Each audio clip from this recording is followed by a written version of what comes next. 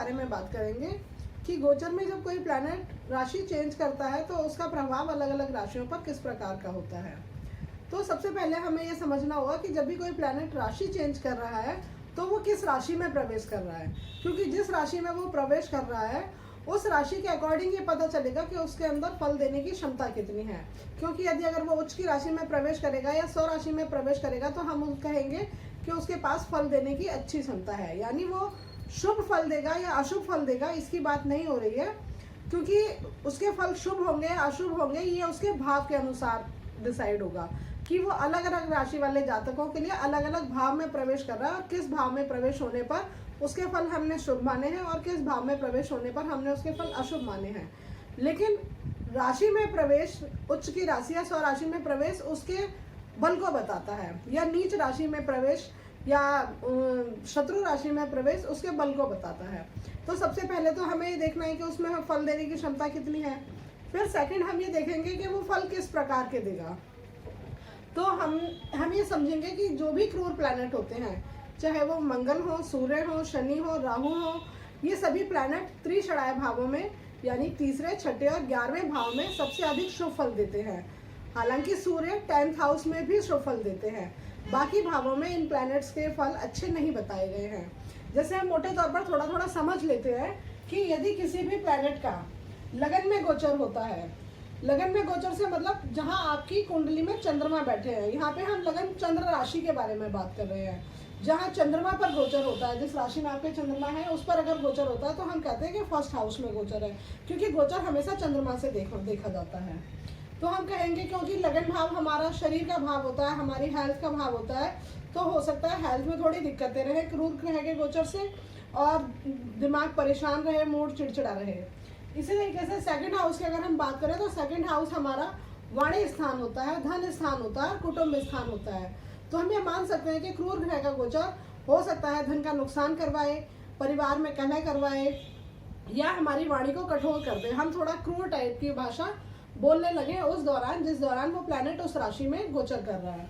इसी तरीके से थर्ड हाउस की अगर हम बात करें तो थर्ड हाउस में किसी भी क्रूर ग्रह का गोचर बहुत ही शुभ माना गया है, क्योंकि वो हमारा पराक्रम भाव है और क्रूर ग्रह जब थर्ड हाउस में गोचर करते हैं तो आपके पराक्रम को बढ़ा देते हैं, और जब आप पराक्रम अच्छा करेंगे, ज्यादा करेंगे, तो सीधी सी बात है आपको मान सम्मान की और धन की सबकी प्राप्ति होगी। लेकिन थर्ड हाउस हमारे भाई बहनों का और हमारे पड़ोसियों का भी होता है, हो सकता है उनसे थोड़ा बहुत मतभेद हो जाए, लेकिन वैसे थर्ड हाउस में क्रूर ग्रह का गोचर अपने लिए अच्छा माना गया है। इसी तरीके से अगर हम फोर्थ हाउस की बात करें तो फोर्थ हाउस हमारा सुख स्थान होता है, जिसमें हमारा घर का सुख, गाड़ी वाहन, भौतिक सुख सुविधाओं का सुख होता है।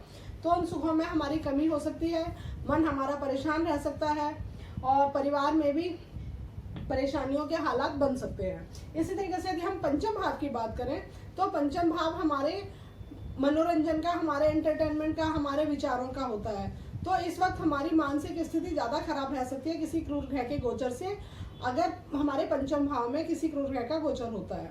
इसलिए छठे भाव में क्रूर ग्रह का गोचर बहुत ही अच्छा बताया गया है, क्योंकि ये भी कंपटीशन का भाव माना जाता है। और छठे भाव में अगर प्लैनेट गोचर करते हैं तो आप कहते हैं कि इसे हम रोग रिपूरण का भाव मानते हैं, तो रोगों से मुक्ति मिलती है, कर्जे हैं तो कर्जों से मुक्ति मिलती है, और यदि शत्रु हैं तो शत्रुओं पे आपको विजय प्राप्त होती है, कोई भी शत्रु आपका कुछ बिगाड़ नहीं सकता।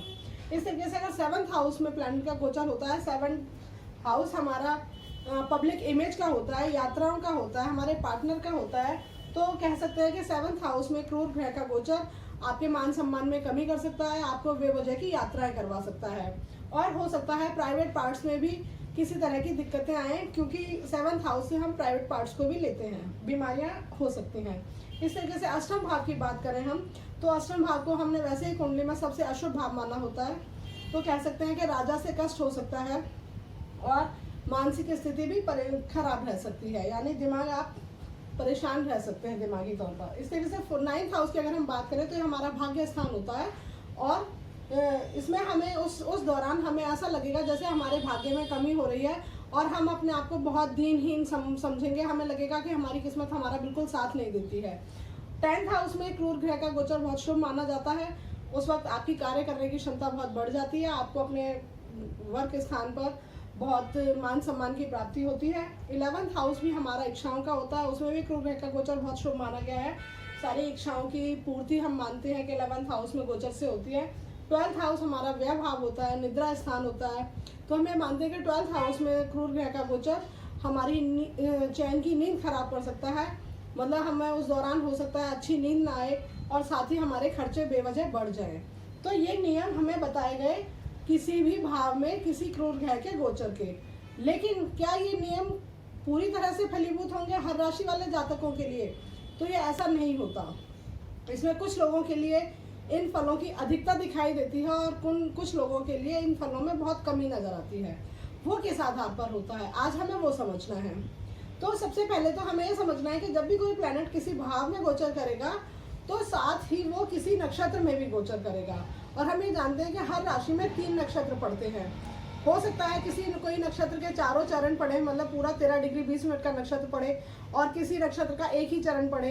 तो उस हिसाब से हमें उसकी ड्यूरेशन को समझना होगा। जैसे हमने ये मान लिया कि पूरी 30 डिग्री की राशि है, तो पहला नक्षत्र 13-20 का हुआ, दूसरा नक्षत्र भी 13-20 का हुआ और अगला नक्षत्र 3-20 का हुआ। यानी ये बहुत छोटा सा नक्षत्र आएगा और ये 2 पूरे नक्षत्र आएंगे। तो हमें यहाँ पे ये समझना होगा कि जिस नक्षत्र में प्रवेश हुआ है वो नक्षत्र आपके जन्म नक्षत्र के अकॉर्डिंग शुभ है या अशुभ है। ये हमने अपनी पिछली वीडियो में बताया था कि हम किस तरीके से देखते हैं कि कौन सा प्लैनेट हमारे लिए कौन सा नक्षत्र हमारे लिए शुभ होगा और कौन सा हमारे लिए अशुभ होगा। तो हम ये समझेंगे कि जिस दौरान वो प्लैनेट उस नक्षत्र पर गोचर कर रहा है जो हमारे लिए शुभ है, तो अशुभ भाव में प्रवेश होने पर भी उसके अशुभ फलों में कमी हो जाएगी और शुभ फल हमें मिलेंगे। यानी जैसे हमने कहा कि यदि हमारे लगन में प्रवेश होता है किसी ग्रह का, लेकिन उस लगन में प्रवेश होने पर उस नक्षत्र में प्रवेश हो रहा है जो नक्षत्र हमारे लिए शुभ है, तो हम ये कहेंगे कि वो अशुभ फल नहीं होंगे। यानी हमारे जो रोग हमें बताए गए या हमारा दिमाग परेशान बताया गया कि मूड चिड़चिड़ा होगा, वो फल हमें नजर बहुत कम आएंगे। इसी तरीके से फिर तीसरा नियम आता है हमारा कक्षा का नियम। हम जानते हैं कि हर भाव को, हर राशि को हमने 8 बराबर हिस्सों में डिवाइड किया होता है, जहाँ पे हम 7 प्लैनेट्स का और एक 8वां लगन का हिस्सा मानते हैं। और ये मानते हैं कि उस एरिया में जब भी कोई प्लैनेट गोचर करता है तो यदि अष्टक वर्ग में उस कक्षा के स्वामी ने उसे पॉइंट्स दिए हैं तो उस दौरान उसके शुभ फलों की हमें प्राप्ति होगी। तो यदि जिस राशि में प्लैनेट गोचर कर रहा है, जैसे कि अगर हम जानते हैं कि सूर्य 16 तारीख को प्रवेश करेंगे कन्या राशि में, तो जिन लोगों की कुंडली में कन्या राशि में सूर्य के भिन्नाष्टक में सूर्य को ज़्यादा पॉइंट्स मिले होंगे तो उनको अपने अशुभ फलों की प्राप्ति कम मिलेगी, यानी शुभ फल ज़्यादा मिलेंगे। यानी जिन जिन प्लैनेट्स ने उन्हें पॉइंट्स दिए होंगे उनकी कक्षा में से गोचर करते समय वो प्लैनेट अशुभ फल नहीं देंगे। यानी अगर हम देखें तो 1 महीने की ड्यूरेशन जो कि सूर्य की होती है एक राशि में, उसमें बहुत थोड़ा सा वो टाइम रह जाएगा जिस दौरान हमें वो अशुभ फल नजर आएंगे। ये हमारा एक मोटे तौर पे नियम होता है कि हम कैसे समझें कि कब फल अशुभ मिलेंगे और कब फल शुभ मिलेंगे। यानी अगर वो ऐसे नक्षत्र से गोचर कर रहे हैं जो आपके लिए शुभ है तो शुभता बढ़ जाएगी, अशुभता में कमी आएगी।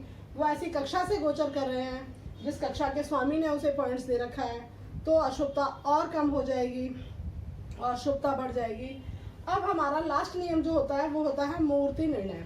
मुहूर्ती निर्णय एक तरीके से मुहूर्त का काम करता है। जैसे हम कोई भी इवेंट अपनी लाइफ में करना चाहते हैं तो सब कुछ देखने के बाद कि अच्छा है या खराब है, उसके बाद हम चाहते हैं कि हमें ये काम करना है, तो एक ऐसे शुभ मुहूर्त में हो कि उस मुहूर्त पे काम शुरू होने से उसके फलों में हमें शुभता मिलेगी। यानी अगर हमने कहा कि प्लैनेट ने हमारे लगन में गोचर किया और हम ये कहेंगे कि ये गोचर हमारी हेल्थ के लिए खराब होगा, तो हम ये देखेंगे क्या जिस वक्त उस प्लैनेट ने गोचर किया है वो समय हमारे लिए सही था। उस समय को हम कैसे देखेंगे?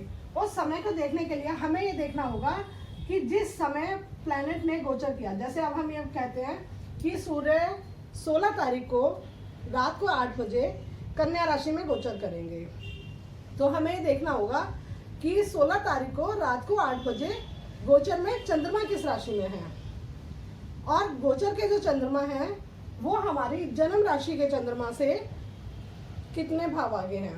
क्योंकि गोचर के चंद्रमा और हमारी जन्म कुंडली के चंद्रमा की स्थिति से हम ये डिसाइड करते हैं कि वो गोचर हमारे लिए शुभ है या अशुभ है। तो यहाँ पे हम मूर्ति निर्णय को समझेंगे। हमें 4 तरह की मूर्ति बताई गई हैं। सबसे पहली स्वर्ण, फिर रजत, फिर कांस्य और फिर लौह। यानी यदि स्वर्ण मूर्ति आती है तो हम कहेंगे कि अगर वो अशुभ भाव में भी प्रवेश हुआ है और हमें ये बताए गए हैं कि उसके अशुभ फल होंगे, तो उस फलों में शुभता आ जाएगी। अशुभ फल हमें नजर नहीं आएंगे, या आएंगे तो बहुत थोड़ी मात्रा में नजर आएंगे। सेकंड रजत होता है, जिसे हम अच्छा मानते हैं कि ये भी उतना खराब नहीं है। कांस्य एवरेज होता है और लौह का मतलब है कि बहुत खराब। यानी अगर अशुभ भाव में प्रवेश है और मूर्ति भी लौह आती है तो हम ये कहेंगे कि वो समय बहुत ज़्यादा अशुभ होगा। या अगर शुभ भाव में प्रवेश किया है प्लैनेट ने और मूर्ति लौह आती है तो हम कहेंगे शुभता में कमी होगी, उतने शुभ रिजल्ट नहीं आएंगे जितने कि हमें भाव के अनुसार बताए गए थे या हमें नजर आ रहे थे। तो हम ये कैसे देखेंगे? अब जैसे मान लीजिए कि सूर्य ने प्रवेश किया कन्या राशि में और चंद्रमा उस वक्त थे सिंह राशि में, तो मेष राशि वाले जातकों के लिए जो चंद्रमा थे गोचर के वो पंचम भाव में थे। तो हम ये कहेंगे कि ये हमें यहाँ बताया गया है कि पहले भाव में, छठे भाव में और 11वें भाव में हम स्वर्ण मूर्ति मानते हैं। इसी तरीके से दूसरे भाव में, 5वें भाव में और 9वें भाव में हमने रजत माना। तीसरे, 7वें और 10वें में कांस्य और चौथे, 8वें और 12वें भाव में हमने लौह मूर्ति मानी।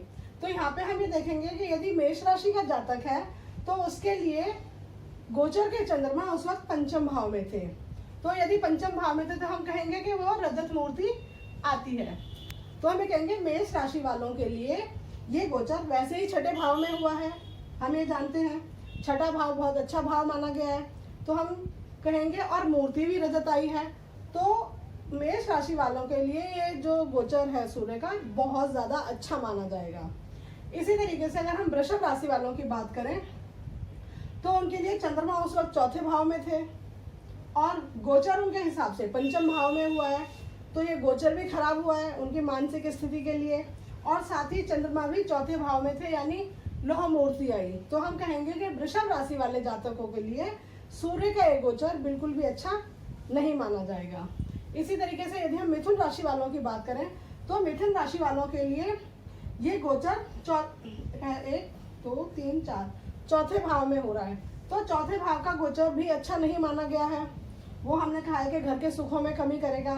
और जो गोचर का चंद्रमा है वो भी वहाँ से तीसरे भाव में है, यानी मिथुन राशि वालों के लिए मूर्ति कांस्य आएगी। तो कांस्य भी एवरेज मानी गई है, तो हम कहेंगे कि मिथुन राशि वाले जातकों के लिए भी ये गोचर उतना शुभ नहीं होगा। इस तरीके से हम ये मूर्ति को समझते हैं और प्लैनेट की पोजीशन को समझते हैं कि वो प्लैनेट हमें उस दौरान किस तरह के फल देगा।